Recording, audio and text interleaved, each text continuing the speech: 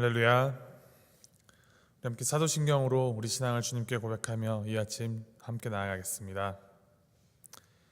전능하사 천지를 만드신 하나님 아버지를 내가 믿사오며 그 외아들 우리 주 예수 그리스도를 믿사오니 이는 성령으로 잉태하사 동정녀 마리아에게 나시고 본디오 빌라도에게 고난을 받으사 십자가에 못 박혀 죽으시고 장사한 지 사흘 만에 죽은 자 가운데서 다시 살아나시며 하늘에 오르사 전능하신 하나님 우편에 앉아 계시다가 저리로서 산 자와 죽은 자를 심판하러 오시리라. 성령을 믿사오며 거룩한 공예와 성도가 서로 교통하는 것과 죄를 사하신 것과 몸이 다시 산 것과 영원히 산 것을 믿사옵나이다. 아멘.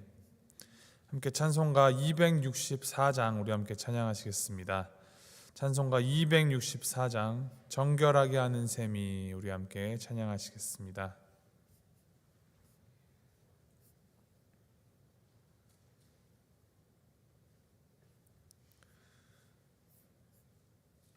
(264장) 정결하게 하는 셈이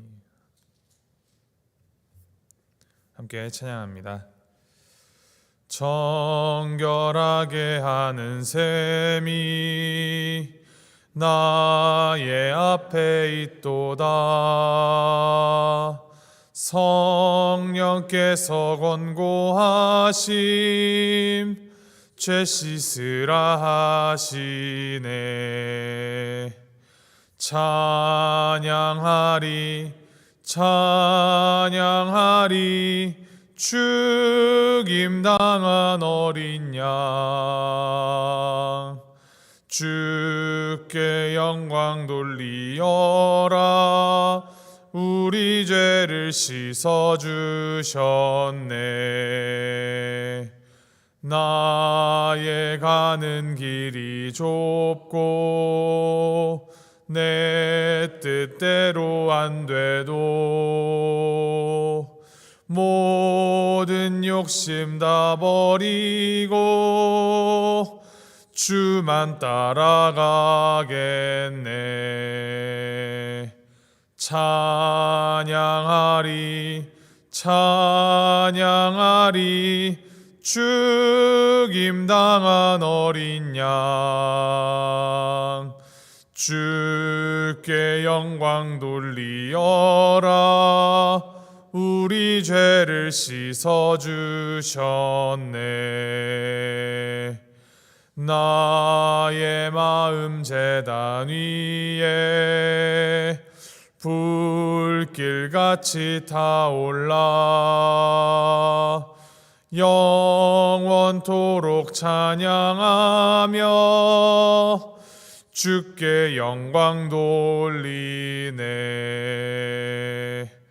찬양하리 찬양하리 죽임당한 어린 양 주께 영광 돌리어라. 우리 죄를 씻어주셨네. 한량없는 주의 은혜 나를 영접하셨네. 내가 지은 모든 죄와 허물 용서하셨네. 찬양하리 찬양하리 죽임당한 어린 양 주께 영광 돌리어라. 우리 죄를 씻어주셨네. 성부 하나님께 영광 성자 예수께 영광 성령님께 또한 영광 모두 돌려드리세. 찬양하리 찬양하리 죽임당한 어린 양 주께 영광 돌리어라. 우리 죄를 씻어주셨네. 아멘. 하나님께서 오늘 우리에게 주신 말씀 마태복음 26장 26절에서부터 35절까지 말씀입니다. 마태복음 26장 26절에서부터 35절까지 말씀 우리 함께 교독하시겠습니다.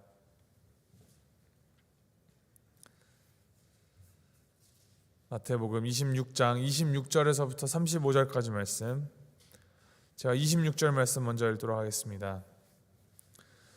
그들이 먹을 때에 예수께서 떡을 가지사 축복하시고 떼어 제자들에게 주시며 이르시되 받아서 먹으라, 이것은 내 몸이니라 하시고,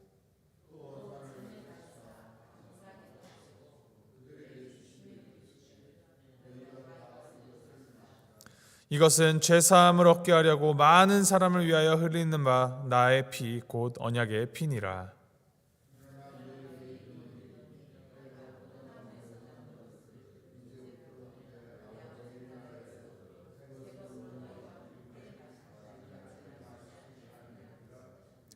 이에 그들이 찬미하고 감람산으로 나아가니라.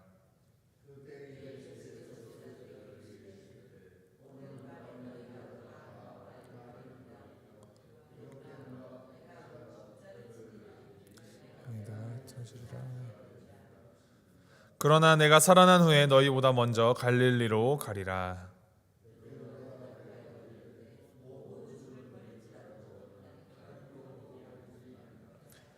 예수께서 이르시되 내가 진실로 내게 이르노니 오늘 밤 다 굴기 전에 내가 3번 나를 부인하리라. 베드로가 이르되 내가 주와 함께 죽을지언정 주를 부인하지 않겠나이다 하고 모든 제자도 그와 같이 말하니라. 아멘. 예수님이 십자가에 달리기 전에 이제 유월절을 맞아 제자들과 이제 마지막 만찬을 나누십니다. 그리고 그 마지막 만찬은 첫 번째 성찬식으로 지금까지 오늘날 우리까지 성례로 함께 지키게 되었습니다.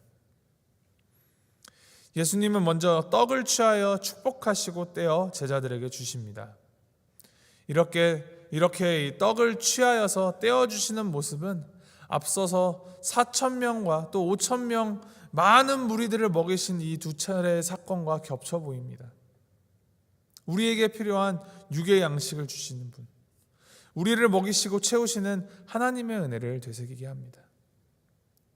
말씀에 보면 떡을 가지고 축복하셨다라고 하는데, 이 축복은 유대인들이 유월절 음식을 나누면서 전통적으로 하나님께 올려드리는 감사의 기도를 뜻합니다.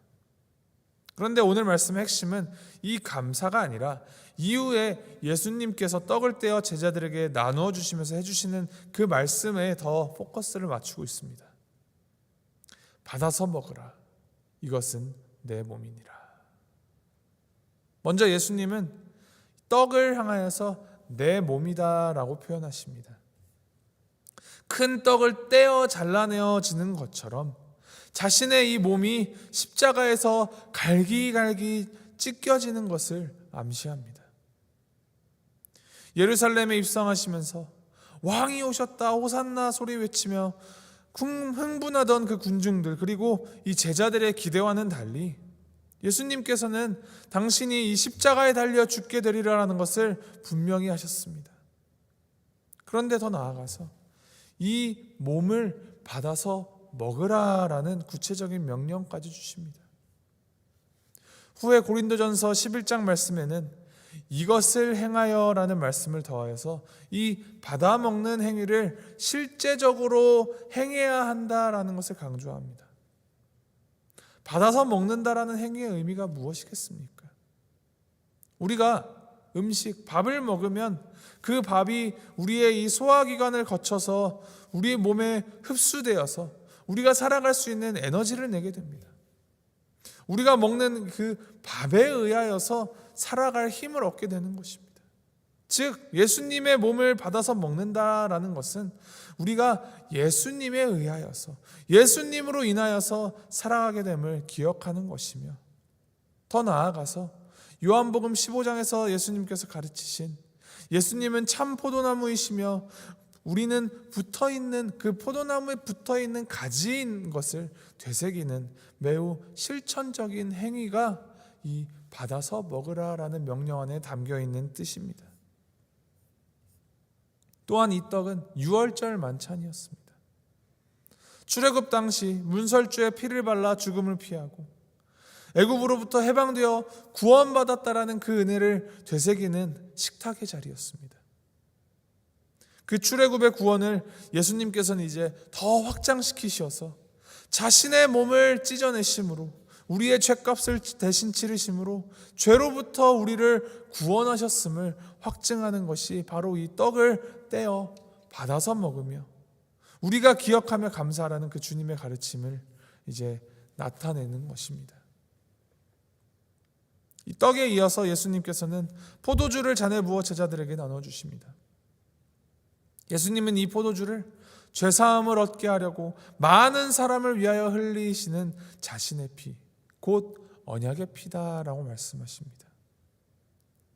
이 특별히 피를 언급하신 예수님의 말씀하시는 이 당시 배경이 유월절이었음을 떠올릴 때 너무나 자연스럽게 그리고 하나님의 의도하심에 따라 유월절 양의 피를 생각나게 합니다.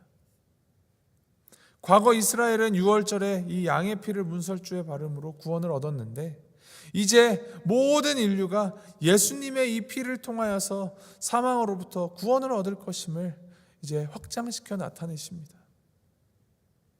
특별히 여기서 이제 이 피를 향하여 언약의 피다, the blood of the covenant라고 표현하시는데 이 표현은 예레미야서 31장 31절부터 34절에서 제정된 이 하나님께서 예레미야 선지자를 통하여서 주신 새 언약이 이제 예수님의 피에 의하여서 성취되었다라는 것을 뜻합니다.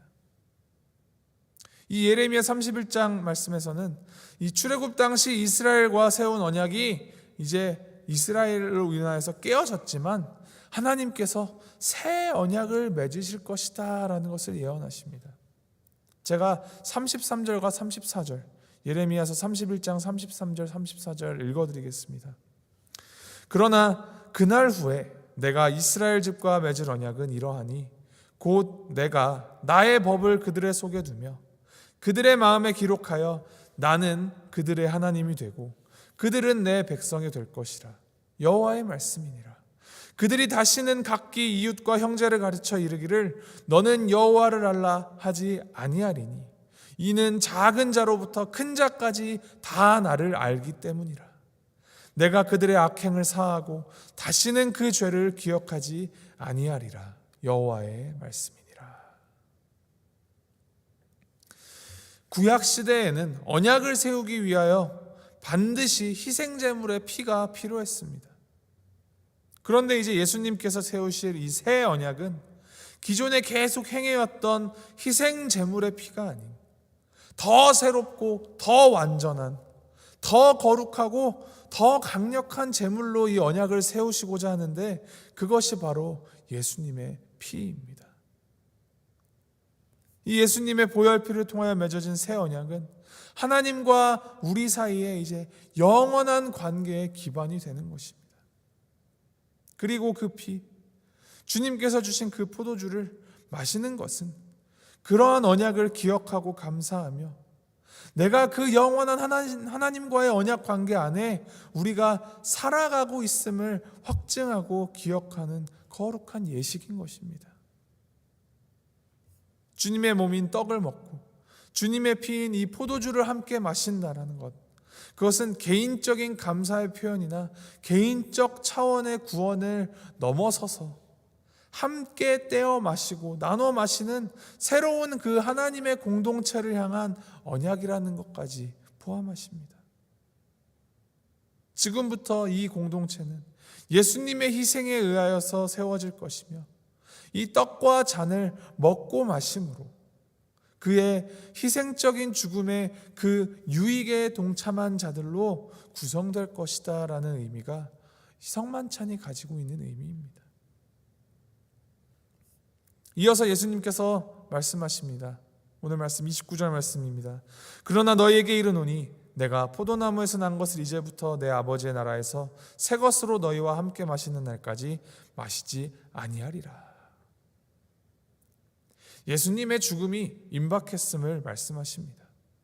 이제 나는 죽을 것이기 때문에 너희들과 함께 포도주를 마시지 못할 것이다. 그런데 이 말씀은 예수님의 이 죽음만을 뜻하는, 이 죽으심으로 인하여서 더 이상 없어지고 끝이 난다라는 예수님의 그 빈자리, absence를 말하는 것이 아니라 이것을 넘어서는 이후 이어지는 하나님의 나라, 내 아버지의 나라에서의 새로이 시작될 그 영원한 함께함, 그 영원한 presence가 이제 시작된다라는 것을 알려주시는 것입니다. 주님을 받아들이고 그 살과 피를 먹고 마시는 제자들은 내 아버지의 나라에서 영원히 함께하리라 라는 새로운 소망을 주십니다. 십자가 그리고 죽음이라는 우리 인간이 결코 넘을 수 없는 절망과 낙담을 마주하기 직전에 제자들에게 예수님은 새 생명에 대한 기쁨과 부활의 소망의 예언을 비추어 주십니다. 이러한 놀라운 가르침을 주시고 그것을 다 이루신 예수님, 주님께서는 진정으로 우리를 향하신 그 하나님의 구원의 은혜 안에 거하며 그 핏값으로 세우신 새 언약의 관계 안에서 우리 모두가 살아가기를 간절히 바라십니다. 얼마만큼이나 바라시느냐? 자기 몸을 찢고 자기 피를 흘려가시기까지 원하십니다. 그런데 이어지는 30절부터 35절까지 이제 감람산을 오르시면서 예수님께서 제자들에게 너희가 나를 버릴 것이다 라고 말씀하십니다. 이것을 인간적인 관점에서 보면 그 버림받으실 것을 아시며 마음이 아파서 속상해서 혹은 제자들을 책망하시고 양심의 가책을 느끼라고 이러한 말씀을 하신 것이 아닐까 하는 생각이 들기도 합니다. 그러나 이 예수님의 말씀은 그러한 인간적인 감정적인 말씀이 절대 아니었습니다. 앞서 마지막 만찬을 나누며 가르치신 이 십자가 죽음을 통하여서 이루실 새 언약과 구원, 그리고 죽음과 부활에 대한 예언을 더 명확히 확증하시기 위하여서 더 굳건한 믿음을 제자들에게 주시기 위한 말씀이 바로 이 말씀입니다. 너희가 나를 버릴 것이라는 예수님의 말에 베드로는 호언장담하면서 남들은 몰라도 나는 결코 선생님을 버리지 않겠습니다 라며 나섭니다. 그러한 베드로에게 예수님께서는 보다 구체적으로 오늘 밤 닭 울기 전에 너가 나를 3번 부인할 것이다 말씀하십니다. 이에 베드로는 내가 죽을지언정 주님을 부인하지 않겠나이다 큰 소리를 칩니다. 그러나 채 몇 시간이 지나지 않아서 예수님의 이 말씀처럼 제자들은 뿔뿔이 흩어지고 베드로는 주님을 3번 부인한다는 것을 우리 모두 말씀을 통하여서 잘 알고 있습니다. 이 말씀, 이렇게 이르신 것은 예수님께서 제자들을 책망하시고자 말씀하신 것이 아닙니다. 그만큼 우리 인간은 연약하고 힘이 없는 죄인이며 이 죽음 앞에서 두려움을 느끼고 그 두려움을 우리의 힘으로 극복할 수 없다라는 것을 말씀하시는 것입니다. 예수님께서는 이 스가랴 말씀을 인용하셔서 내가 목자를 치리니 양의 떼가 흩어지리라 라고 말씀하셨습니다. 이 인용구에서 내가라는 이 주어는 하나님 아버지를 뜻하는 것이고 목자는 예수님을, 그리고 양의 떼는 제자들을 말하는 것입니다. 즉 하나님께서 예수님을 십자가에 달리게 하는 그 심판을 내리시는 것이며 그로 인하여서 목자 잃은 양들이 다 흩어지게 될 것이다 라고 말씀하시는 것입니다. 이 말씀에서 끝났다면 이게 제자들을 향한 책망으로도 해석될 수 있겠지만 이어지는 32절 말씀, 그러나 내가 살아난 후에 너희보다 먼저 갈릴리로 가리라. 이 말씀에서는 너무나도 분명하게 부활에 대한 소망을 비추어 주십니다. 승리를 약속하시고 새로운 언약의 시작을 선포하시는 것입니다. 그리고 그 새 언약은 연약하고 약한 우리, 자격 없는 우리에게 주어주신 놀라운 하나님의 은혜입니다.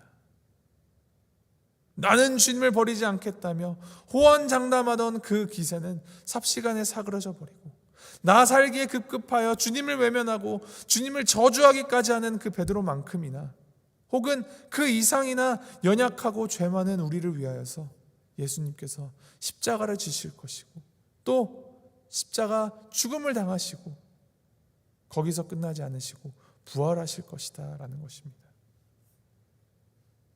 우리의 이 연약함, 우리의 악함을 알아갈수록 주님께서 허락하시는 이 십자가의 은혜가 얼마나 더 큰지 알아가게 됩니다.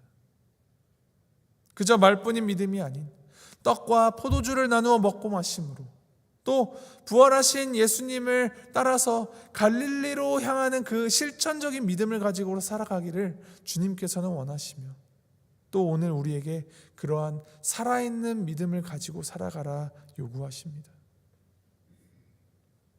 오늘 이 말씀 깊이 묵상하시면서 우리를 향한 주님의 그 십자가 은혜가 얼마나 엄청나고 거대한지 깊이 묵상하시길 바랍니다.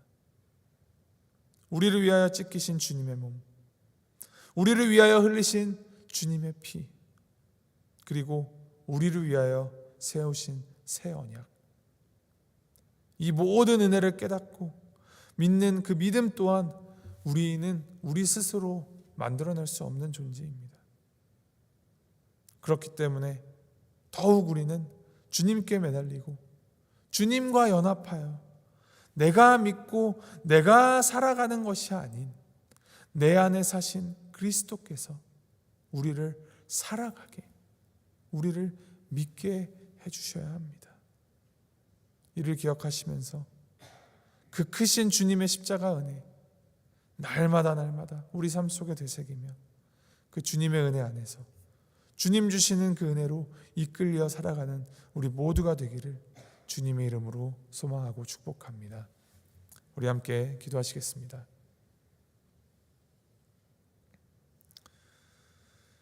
하나님 아버지, 그 어떤 말로도 다 형용할 수 없고 그 어떤 지혜로 다 이해할 수 없는 주님의 그 크신 사랑과 은혜 감사드립니다. 우리를 위하여서 찢기신 주님의 몸, 우리를 위해 흘리신 주님의 그 보혈피, 우리가 온 삶으로 받아들여서 주님 안에 온전히 연합하고 내 안에 살아계신 그 주님을 따라 주님만 믿으며 따라 살아가는 우리가 되도록 주님 인도하여 주시옵소서. 날마다 넘어짐과 실수와 실패가 우리 삶에 있을지라도 그것을 통하여서 오히려 주님을 더욱더 깊이 만나게 하시고 주님을 더 깊게 경험하는 그러한 사건들이 되도록 인도하여 주시기를 주님 소망합니다. 주님께서 세우신 그 언약 안에서 살아가는, 주님과 연합하여 살아가는 우리가 되도록 주님 인도하여 주시옵소서. 이 고난주간 지날 때 주님의 십자가 사랑을 더욱더 크게 경험하고 더욱더 깊게 알아가는 우리가 되도록 주님 붙들어 주시고 함께하여 주시옵소서. 감사드리며 이 모든 말씀 우리 주 예수 그리스도의 이름으로 기도합니다. 아멘. 하늘에 계신 우리 아버지여, 이름이 거룩히 여김을 받으시오며 나라의 마옵시며 뜻이 하늘에서 이룬 것 같이 땅에서도 이루어지이다. 오늘날 우리에게 일용할 양식을 주옵시고 우리가 우리에게 죄 지은 자를 사하여 준 것 같이 우리의 죄를 사하여 주옵시고 우리를 시험에 들게 하지 마옵시고 다만 악에서 구하옵소서. 대개 나라와 권세와 영광이 아버지께 영원히 있사옵나이다.